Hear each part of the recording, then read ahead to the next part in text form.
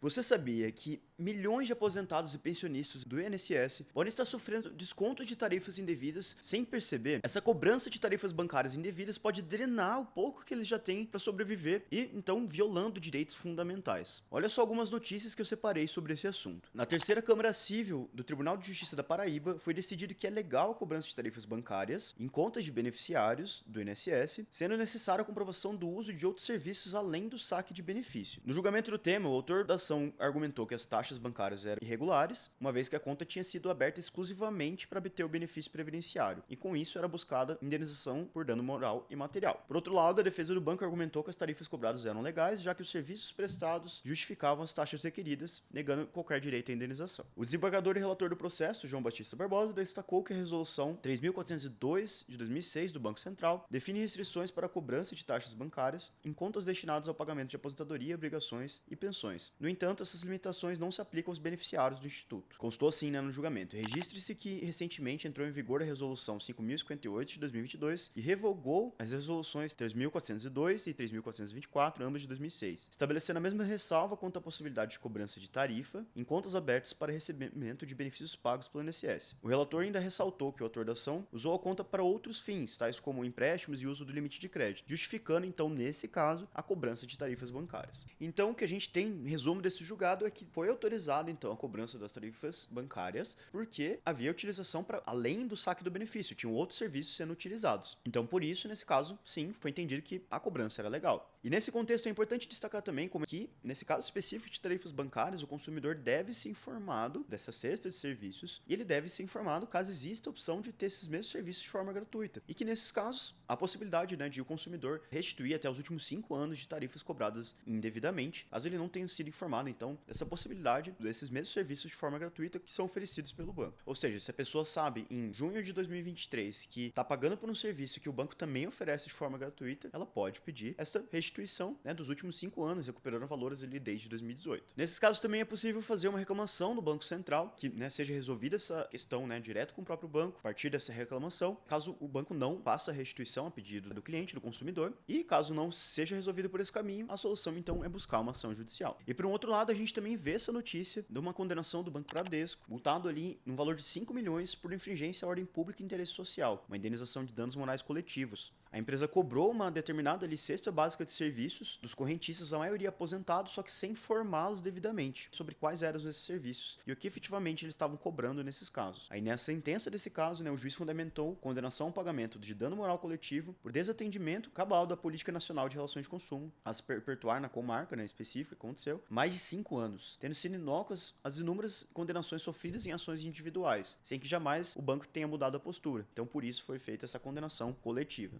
Bom, diante de tudo isso, analisando essas notícias, essas decisões recentes, a gente vai ver hoje então um estudo de caso em que houve uma decisão favorável, em qual caso especificamente a gente vai conseguir então essa restituição dessas tarifas cobradas indevidamente e quanto um caso desses pode gerar de valor para o seu cliente e quanto isso também pode gerar de honorários, no caso concreto. A gente vai olhar então quais oportunidades ainda tem dentro do mercado jurídico para esse tipo de ação, quanto você vai conseguir ganhar de honorários nesses tipos de caso e também quais desafios você vai enfrentar nesse tipo de ação para conseguir uma procedência em uma decisão favorável para o seu cliente. A ação que a gente está falando aqui é uma ação declaratória de nulidade da cobrança de tarifa bancária indevida com pedido de repetição de indébito e indenização por danos morais. A gente tem um objetivo e um público bem específico aqui, que é restituir essas tarifas cobradas indevidamente de um público de aposentados e pensionistas que usam a conta para receber esses benefícios exclusivamente para saque e recebimento desses benefícios. Então, nesse cenário, ainda é possível pedir a nulidade das tarifas bancárias, como a gente vai ver na decisão do caso que a gente trouxe aqui hoje. E é importante nessas ações ter claro que essas tarifas foram incluídas ali, a cobrança delas foram incluídas ali sem anuência do consumidor, sem ele ter consentido com aquilo, o que poderia configurar então um caso de venda casada, o que é proibido pelo Código de Defesa do Consumidor. Então, de novo, essa ação é especificamente para beneficiários ali do INSS, aposentados, pensionistas, que têm a conta para recebimento do benefício, mas não contrataram serviços adicionais. E mesmo assim estão sendo cobrados por essas tarifas. Para demonstrar isso, então, vamos dar uma olhadinha nesse estudo de caso. No exemplo que a gente trouxe aqui, a autora trouxe uma ação no judiciário alegando que tinha uma conta para recebimento de benefício, que ela abriu exclusivamente para isso, sem a contratação de outros serviços adicionais. Ela não utilizava, né, a conta corrente, não utilizava cartão, não utilizava nada. Então ela tinha uma conta exclusivamente para o recebimento de benefício. Ela pediu então a declaração da nulidade da cobrança da tarifa ali de R$ 32 que estava sendo cobrado dela pelo uso dessa conta. A autora afirmou também que nessa conta ela não estava utilizando para nada, né? Não tinha nenhuma contratação de empréstimo também no benefício dela. Então não existia nada que gerasse, né, o direito à cobrança do banco cobrar essas tarifas. E por fim, ela argumentou que havia então um caso de venda casada nessa situação dela, em que ela queria realmente a conta exclusivamente para recebimento da aposentadoria dela. Em resumo, o que foi requerido? A nulidade da cobrança da tarifa bancária, a restituição dos valores pagos indevidamente, o reconhecimento da venda casada e a condenação em danos morais e materiais, chegando no valor da causa ali de R$ 20 mil.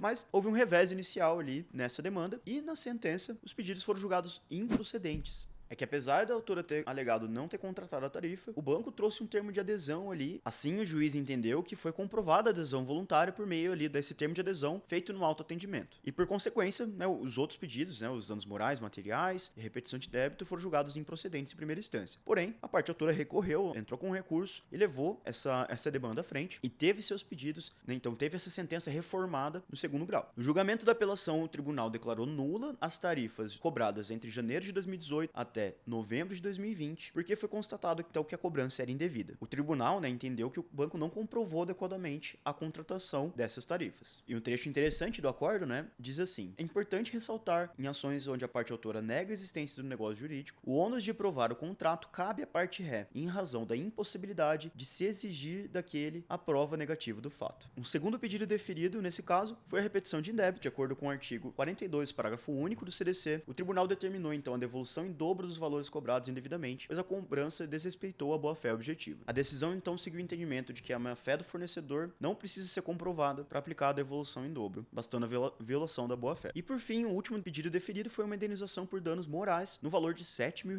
E o tribunal então deferiu essa indenização, entendendo, né, que a cobrança indevida causou constrangimentos à parte autora. Mas nem tudo foi deferido nesse processo, mesmo com a reforma da sentença, alguns pedidos ainda foram indeferidos no acordo, sendo eles a nulidade das tarifas anteriores a janeiro de 2018 e as posteriores a novembro de 2020. E esse indeferimento, né, ele foi baseado na aceitação eletrônica ali do contrato pela parte autora, que aconteceu só em 2020. Então, como foi lá destacado no acordo, esse termo de adesão, do qual a parte autora teria concordado em aderir, foi supostamente assinado digitalmente por ela em 26 de 11 de 2020, isto é, posterior aos descontos realizados em sua conta. Ademais, observa-se que, mesmo após o banco colacionar o documento assinado pela autora, essa deixou de impugná-lo. Sendo assim, deve ser considerado válido, visto que o ônus de provar a assinatura quando impugnada é de quem produziu. Logo, não havendo impugnação quanto à assinatura digital, deve ser considerado válido o contrato de adesão. Então, o tribunal entendeu que a partir desse contrato de adesão, que aconteceu só depois das cobranças já terem iniciado, aí sim, cobranças posteriores, então, a novembro de 2020, foi entendido que essas tarifas, então, foram regularmente cobradas dessa consumidora, dessa aposentada. E, por fim, foram negados os danos materiais, porque o tribunal entendeu que já estava embutido ali na condenação da repetição de indébito, e que não houve algum prejuízo financeiro adicional ali em razão dessa cobrança indevida. Assim, a gente viu aqui um caso em que as tarifas indevidas foram restituídas dentro desse contexto específico. Vamos ver agora quanto de honorários, né, pode ser gerados num caso como esse. No nosso exemplo desse estudo de caso, a cobrança da tarifa era de R$ 32 por mês. Logo, dentro do período ali da condenação, ao longo de 34 meses, isso totalizaria cerca de R$ 1.088. Como foi deferida a repetição em débito, né, com a repetição em dobro, então esse valor iria para R$ 2.176. Como a gente viu também nesse tipo de ação, é comum incluir um pedido de indenização por dano moral, que pode variar de 5 mil até 10 mil reais. E no nosso caso concreto, teve uma condenação no valor de 7 mil reais de condenação por danos morais. Considerando então, né, esses valores, a cobrança dos honorários pode ser feita de duas maneiras. A primeira delas, cobrar um valor inicial e mais um percentual sobre o valor da condenação. Considerando no caso concreto ali, que a gente, né, somando esses dois valores que eu acabei de comentar, a gente teria cerca de 14 mil reais e cobrando dessa forma, poderia ser cobrado um valor inicial fixo ali de 300 reais, referente à consulta, à análise do caso, e mais um honorário de 30% sobre o valor da condenação, somando, resultando ali no valor de 4.550 reais reais de honorários para esse caso. Ou, por outro lado, uma segunda opção, uma segunda forma de cobrança seria cobrar somente, né, o percentual do resultado. Então, né, sobre esse mesmo valor ali de aproximadamente 14 mil reais, a gente cobraria o valor de 30%, chegando ali também no valor de honorários de 4.250 reais, aproximadamente. E para fechar, vou chamar sua atenção para dois erros comuns nesse tipo de caso. O primeiro deles é a prova da ausência da contratação. Os cuidados que você tem que ter nessas situações é que o ônus de comprovar a contratação, nesses casos, é do banco. Porém, se o banco trouxer qualquer documentação, como um termo de adesão,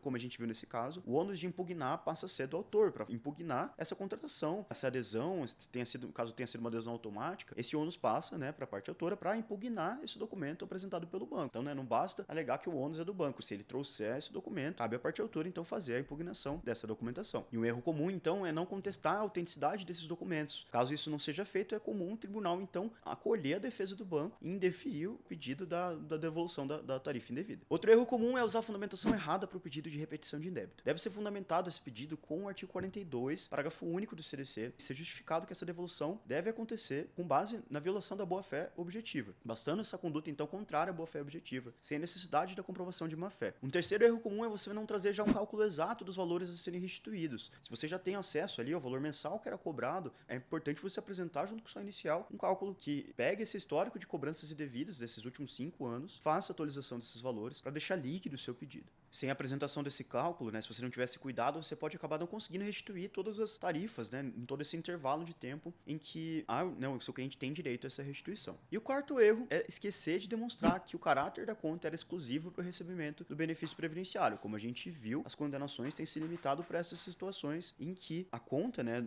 o beneficiário utilizava aquela conta exclusivamente para isso. Então, se houve contratação de outros serviços, né, e ele aderiu voluntariamente a isso, então isso limitaria o direito dele e as taxas, né, as tarifas passariam a ser devidas pelo banco. É importante, então, alegar isso desde o inicial, porque provavelmente o banco vai trazer alguma documentação tentando comprovar ali uma adesão automática para outros serviços além do recebimento da aposentadoria, mas com os extratos de recebimento, com a documentação que o seu próprio cliente tem acesso, você pode demonstrar que a utilização da conta era exclusiva para o recebimento do benefício. Hoje a gente explorou, então, um tema que afeta muito os aposentados e pensionistas. Essa cobrança, tarifas bancárias indevidas, que eles não, né, muitas vezes não contrataram dentro dessas contas em que eles usavam exclusivamente para o recebimento de benefícios. Essas tarifas, então, elas podem ser questionadas judicialmente e você pode pedir tanto a restituição desses valores, a repetição do indébito, né, pedir esse pedido de restituição em dobro e também indenização, né, por dano moral e material, a depender da situação do seu cliente. E reforço, a primeira etapa nesses casos é você validar se essa conta era utilizada exclusivamente para o recebimento de benefícios. É importante também ter o cuidado de contestar a cobrança diretamente com o banco e se o banco, né, não trouxer um retorno positivo, aí sim você judicializar essa questão. E para fazer um cálculo de autorização de um caso como esse, você pode fazer isso em poucos minutos, usando uma planilha. Eu prefiro usar o cálculo jurídico